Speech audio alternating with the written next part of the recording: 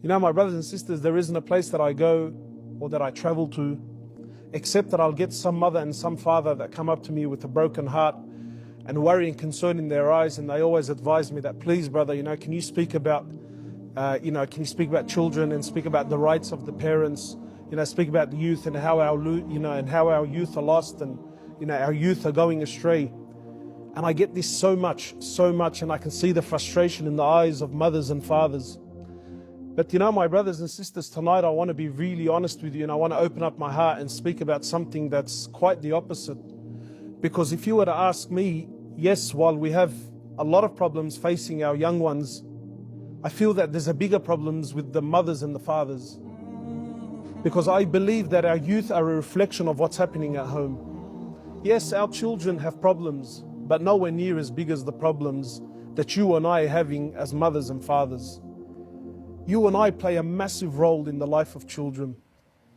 My brothers and sisters, when you and I decided to get married, when you and I decided to have a family, when you and I decided to have children, you and I embarked on a massive journey, probably the biggest journey you'll ever do in your life. And it is our responsibility to be involved in the lives of our kids. Because that's our role, that's our job. And wallahi, it absolutely kills me, it breaks my heart when I see mothers and fathers that are not interested, nowhere near. I heard a story from one of the mashayikh in South Africa. It's a true story.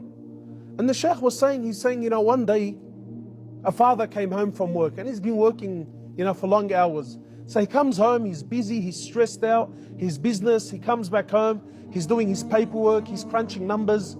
So his son, who's been looking forward to seeing his father all day, he comes over to his father and he's excited, his dad's finally home.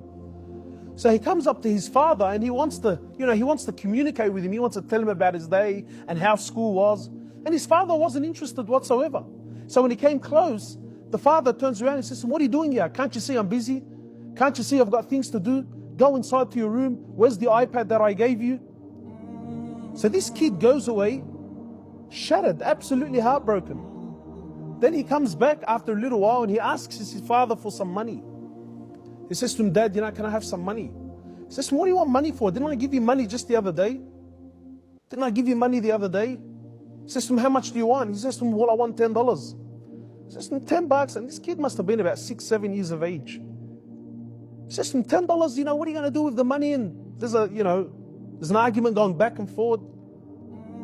Anyway, eventually he gives him the money, and then the kid goes back to his room. Now after some time, the father calms down, the mother comes in, says to him, "Look, your son wanted to talk to you, this, that and the other."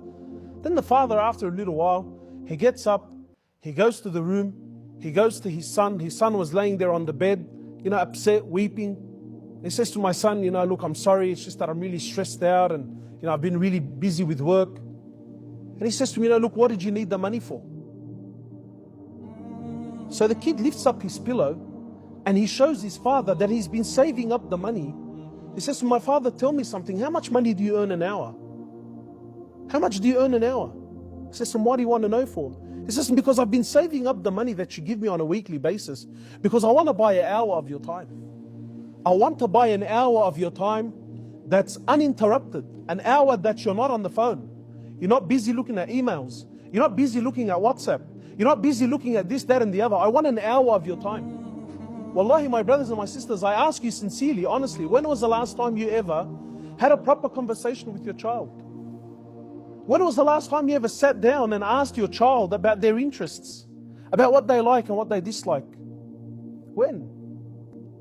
Somebody once told me, he said to me, "When was the last time you actually played with your children?" And he said to me, "I don't mean play as in kick a ball. No, he said to me, I mean sit down and do what they want you to do. Interact with them."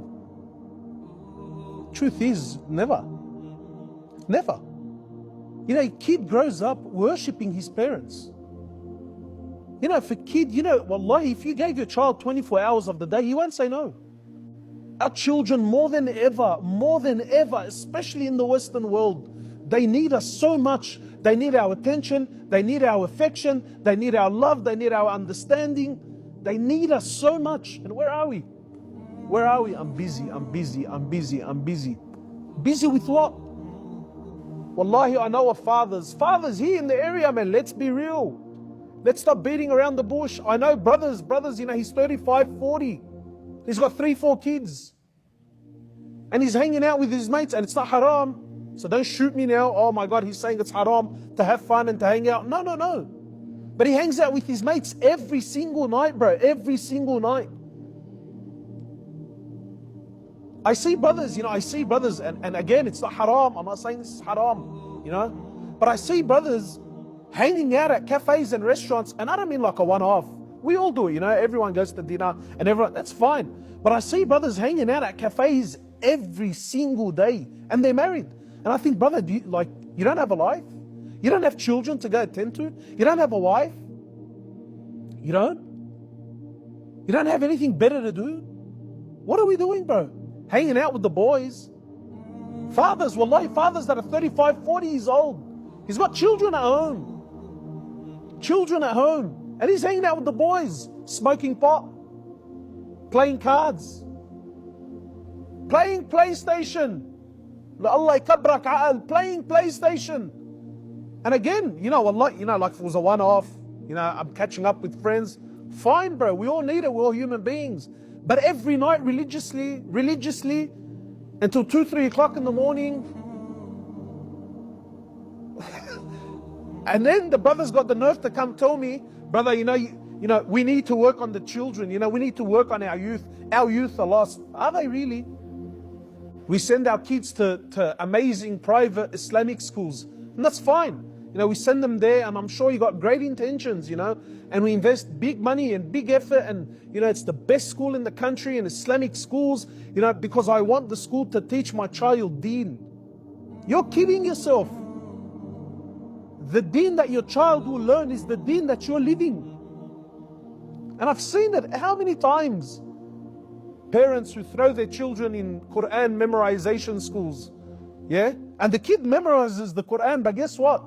No Quran in his life whatsoever. You know why? Because your child, sometimes we underestimate just how witty and how smart our children are. Your child's not a fool. He sees what you throw me in Quran school while you're indulging in work and in dunya and in lifestyle and in this, that and the other, right? Look, I'm not saying it's easy. Wallahi, it's not easy. Being a father and a wife and a husband and all of it, wallahi, it's not easy. But we have to at least try, man. We have to at least try, wallahi, if we really care, bro. If we really care.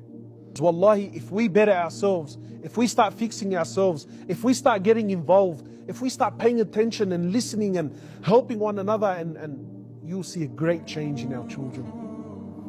We ask Allah subhanahu wa ta'ala to bless our kids and to bless us.